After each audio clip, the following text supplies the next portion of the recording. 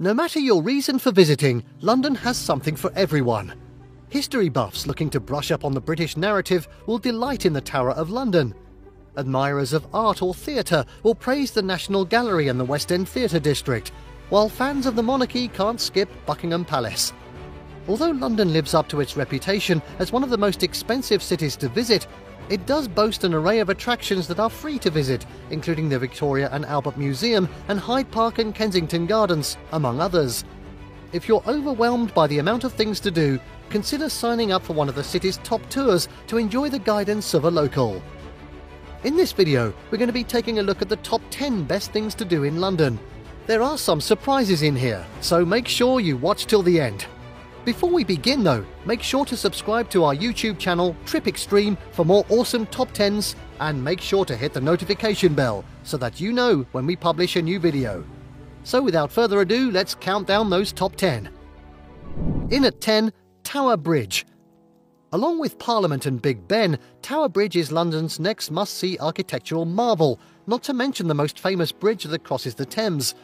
Construction on the bridge started in 1886, which means it's practically modern by London standards, but Tower Bridge stands out for its stunning detail and movable roadways that lift up when large ships need to pass through. The views from the bridge are an added bonus. From the elevated sidewalks, visitors get a prime view of the Tower of London, St Paul's Cathedral's iconic dome, and one of the newest additions to London's skyline, the Shard. If you're interested in viewing the city from a higher vantage point, about 137 feet we're told, consider a tour of the Tower Bridge exhibition. This exhibit will take you to the top of the bridge, equipped with a glass floor, as well as to the bottom of the bridge's engine rooms. However, recent visitors say that those who are afraid of heights might want to forego the tour because of the glass floor. Adults pay £9.80, youths aged 5 to 15 pay £4.20, while children younger than 5 get in for free. That's assuming they don't mind heights. If you have a London pass, entry to the exhibition is included. Check the website for opening times. Keep in mind, most recent travellers recommended only doing this if you have time to kill or are extremely interested. A walk across the bridge is free and nearly as impressive. Or for a different approach, consider a bike tour across the bridge. Hop off the tube at Tower Hill to stroll across the Tower Bridge. You can also take a bus route numbers 15, 42, 78, 100 and an RV1. At number 9, West End Theatre District. Catching a show in London's West End Theatre District is just as necessary as watching a play on Broadway during a trip to New York City. The quality is some of the best in the UK, and the constant mix of new and classic productions with local and world-renowned, think Andrew Lloyd Webber, Benedict Cumberbatch, talent excites both visitors and locals alike.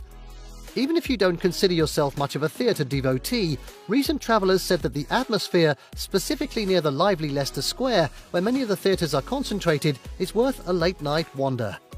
To find ticket deals, head to the official discount booth, TKTS, in Leicester Square. Keep in mind that you'll need to visit the booth the day of the performance, but if you're not picky about what to see or have a more relaxed schedule, the TKTS booths run different deals every day, meaning you could land a great price for a wonderful performance. Booths are open Monday through Saturday from 10 AM to 7 PM and Sunday from 11 AM to 4:30 PM. Access to the area is free. You can reach the area via a variety of tube stations, including Leicester Square and Charing Cross. Next up at number 8, the National Gallery. Sitting in Trafalgar Square, London's National Gallery features a labyrinth interior so large that it requires a colour-coded map to navigate. The museum features paintings in the Western European tradition from the 13th to 19th centuries, including Italian Renaissance masterpieces and French Impressionist works. Among its 2,300 in-house pieces, visitors will find famed paintings such as Botticelli's Venus and Mars and Van Gogh's Sunflowers. Recent visitors loved the variety of paintings at the National Gallery, saying that travellers may need more than a day to get a glimpse at all the masterpieces that grace its never-ending halls. They also commend the gallery's cafe. If reading placard after placard isn't necessarily your thing, you can take a free hour-long tour, which is offered daily at 11:30 AM and 2:30 PM. And if you're worried about keeping the kids entertained while you take in the collections, the National Gallery provides audio tours and maps designed especially for children, some of which come with a small extra fee. At number 7, Hyde Park and Kensington Gardens. Once the recreational stomping grounds for King Henry VIII, this long swathe of green stretching from Kensington Palace in the west to Oxford Street in the east is now open to the public and a must-visit for travellers looking for a relaxing moment away from the city's hustle and bustle. Among Hyde Park's meandering foot and bike paths and flourishing flora and fauna, you'll find a new standout attractions that are worth exploring. Watch the swans and boats glide over the serene Serpentine Lake, or rent a vessel yourself. Visit the Diana, Princess of Wales Memorial Fountain, or stop by the Speaker's Corner, a site for public speeches and debates since the 19th century, previously used by Karl Marx, Vladimir Lenin and George Orwell. If you continue on the Memorial Walk, you'll likely pass through Kensington Gardens, where you'll find the ornate Albert Memorial, the Italian Gardens and the Diana, Princess of Wales Memorial Playground. Visitors say the tranquil atmosphere of Kensington Gardens are unparalleled anywhere else in the city, and that they're beautiful no matter the weather. If you don't make a point to visit the area on your own, you'll likely visit while on a guided tour. The closest tube stations to Kensington Gardens include Lancaster Gate and Queensway, Bayswater and High Street, Kensington. Hyde Park is free to all visitors and is open year-round from 5 AM to midnight, while Kensington Gardens opens at 6 AM daily. The tube stations that surround Hyde Park are Lancaster Gate, Marble Arch, Hyde Park Corner and Knightsbridge. To find out more about seasonal events and other parks around London, visit the Royal Parks website. At number 6, Piccadilly Circus. The portal to London's buzzy West End, Piccadilly Circus lives up to its name. Regularly compared to New York's Times Square, Piccadilly Circus is the meeting place of 5 busy roads and is the centre of London's hustle and bustle. Whether it's businessmen and women on their way to work in the morning, shoppers en route to the department store-clad Oxford Street, just a few streets north, or lively club and bar hoppers passing through at night, Piccadilly is always thrumming with activity. Recent travellers highly recommend a visit to Piccadilly Circus for its proximity to restaurants, shops and nightlife spots, and the energy and excitement it exudes. For the best ambiance, some suggest you visit Piccadilly at night, when the neon lights of the billboards reflect off the Edwardian-era buildings and the Eros statue. A quick disclaimer though, Piccadilly Circus is not an actual circus, as some travellers have expected. Rather, the name refers to the circle, or circus, of which a handful of major roads spoke. Access to the area is free. Several of London's best tours include a stop at Piccadilly Circus. At number 5, Westminster Abbey. This medieval church, graced by many royal weddings and coronations, offers a magnificent peek at London's far-reaching history. Westminster Abbey is pretty much always busy, and the staff keeps you moving at a pretty swift pace, so do a little research ahead of time to avoid missing your personal must-sees. For instance, if you're a bibliophile, consider a visit to the Poets' Corner. This is the final resting place of famed authors Geoffrey Chaucer, Charles Dickens and Rudyard Kipling, among others.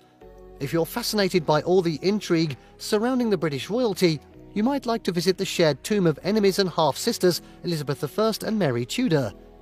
If you prefer to see the Abbey at your own pace but still want a little guidance on the history you're encountering, take advantage of the free audio guides online. Alternatively, you can take a 90-minute Verger-led tour and see the shrine, containing the tomb of St. Edward the Confessor, the royal tombs, Poets' Corner, the cloisters and the nave. If you decide to take this tour, there is an extra £5 charge added to your original admission price. At number 4, Portobello Road Market. Locals and tourists alike tend to adore Portobello Road Market. Located in the posh Notting Hill neighbourhood, made famous by the Hugh Grant and Julia Roberts movie of the same name, the market stretches down the long Portobello Road, considered to be the High Street or Main Street of Notting Hill. The market is filled with merchants of all kinds, more than 1,000 to be exact, selling a variety of common flea market items including antiques, art, jewellery, clothing and food. But what stands out about Portobello Market, aside from its adorably colourful location, is its collection of antiques and quintessentially English items. In just a few blocks, visitors can find a welly shop, scores of vintage tea sets, quality London souvenirs and Banksy recreations. The market is also billed as being the largest antiques market in the world.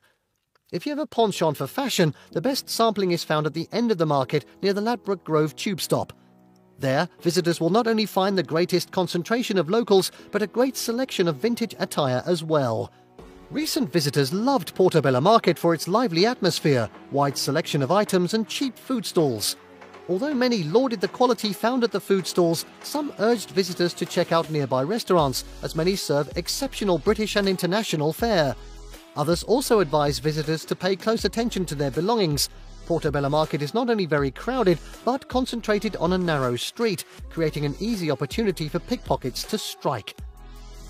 In at number 3, the famous Buckingham Palace. Buckingham Palace, the London home of Queen Elizabeth II, is open for tour, except for the Queen's private quarters, of course, in the summers and select dates during the winter and spring. On the tour, you'll have access to the 19 staterooms where the Queen and members of the royal family host guests for state, ceremonial and official affairs. Opulently accented with chandeliers, candelabra, paintings by Rembrandt and Rubens, and exquisite English and French furniture, these rooms display some of the most magnificent pieces from the royal collection. Along with the grand interiors, the staterooms are also a witness to history. Those who followed the wedding of Prince William and Catherine Middleton closely will recognise the throne room, which served as the backdrop for the official wedding photographs of the Duke and Duchess of Cambridge. For tours in the summer, recent travellers suggested taking advantage of the audio guide included with admission so that you hear a detailed history of each room at your own pace. The palace advises you to set aside at least 2 hours to see the staterooms and that you wear comfortable shoes. While recent travellers advise that you use the facilities prior to the start of the tour, there are no public restrooms available until you reach the garden. No, that's a toilet in the garden. Tour tickets start at £24 for adults, £22 for seniors older than 60, and students £13.50 for kids younger than 17. Children younger than 5 enter for free. You can tour the palace from 9:30 AM to 6 or 7 PM, depending on the month. The palace is open from late July to late September. Visitors can also spring for the Royal Day Out ticket, which also includes entrance to the Queen's Gallery and Royal Mews, but it will cost you. If you're not only hoping to quickly pass by this English institution, consider signing up for one of London's best tours. Several make stops at the palace. At number 2, the Tower of London. Although its exterior might be grim and even unimpressive, especially when compared to stately Buckingham Palace, the Tower of London's interior is always bustling with activity. The tower, which actually comprises multiple towers, 12 of which can be explored by the public, offers something for everyone. If you're enchanted with the history of the monarch, don't miss the famous Crown Jewels exhibition. Among the items you'll see is the Imperial State Crown, which is still worn by the Queen for each state opening of Parliament, and the Sovereign's sceptre with cross. If you have more than an hour to spend here, take an entertaining tour led by the Yeoman Warders or Tower Guards. During the hour-long excursion, included in your admission ticket, the guards will regale you with tales of the tower's bloody past. Lastly, don't forget to visit the White Tower, an iconic symbol of London's heritage and one of the world's most famous castles. Inside you'll find the 350-year-old exhibition, Line of Kings, along with artefacts from Henry VIII, Charles I and James II. The majority of travellers say the Tower of London's high admission price and long lines are worth every penny. And some recent visitors strongly recommend attending the free tour put on by the Yeoman Warders. And finally, at number 1, the British Museum. The British Museum is both an architectural beauty and a trove of some of the world's most noted antiquities. In fact, many travellers say it's the best museum in all of London. What's more, it's free to visit. From the Rosetta Stone to the Elgin Marbles to the Lindo Man, the British Museum is a history buff's dream containing artefacts in the millions. The immense collection can make an initial museum visit seem overwhelming. Pick the exhibits that most interest you and plan return trips if you feel so inclined to do. If you want a little help navigating the museum's 8 million objects, consider tagging along on a guided tour. Several, including the daily eye-opener tours and weekly lunchtime gallery talks and Friday evening spotlight tours, are free. You can also book a highlights and special early morning tour for £14 and £30, respectively. Audio guides, which cost £7, are also available to rent daily. And there you have the top 10 best things